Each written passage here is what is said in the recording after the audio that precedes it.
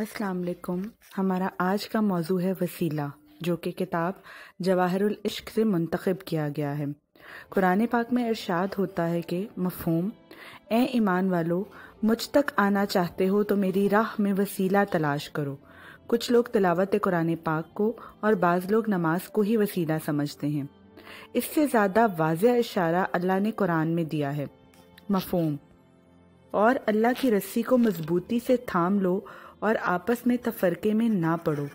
रस्सी अल्लाह की है जो अल्लाह तक लेकर जाए, तो अल्लाह तक वही लेकर जाता है जो उस तक पहुंचने का रास्ता जानता हो। जबकि नमाज तो अव्वल ता आखिर दुआ है। अपने तक आने के लिए अल्लाह दुआ कबूल करता है, लेकिन दरमियान में वसीला सिर्फ मुर्शिद का होता है, क्योंकि मुर्शिद अल्लाह को पहचान चुके होते हैं। दूसरी आयत के मुताबिक अगर तुम मुर्शिद का दामन थाम लोगे तो यकीनन अल्लाह तक पहुंच जाओगे। मुर्शिद की मिसाल रेलगाड़ी के इंजन की सी है। जिस तरफ भी इंजन जाएगा बोगियां भी उसके पीछे ही जाएंगी। मुर्शिद का काम ये है कि मुरीद को अम्र बिल मारूफ व नही अनिल मुनकर पर चलाए और अपने जैसा बना दे।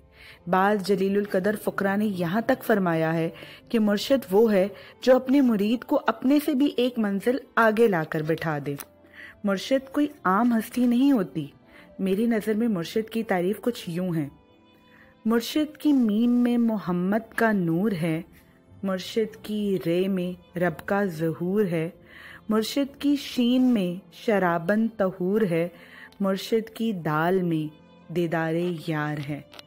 जज़ाकल्लाह।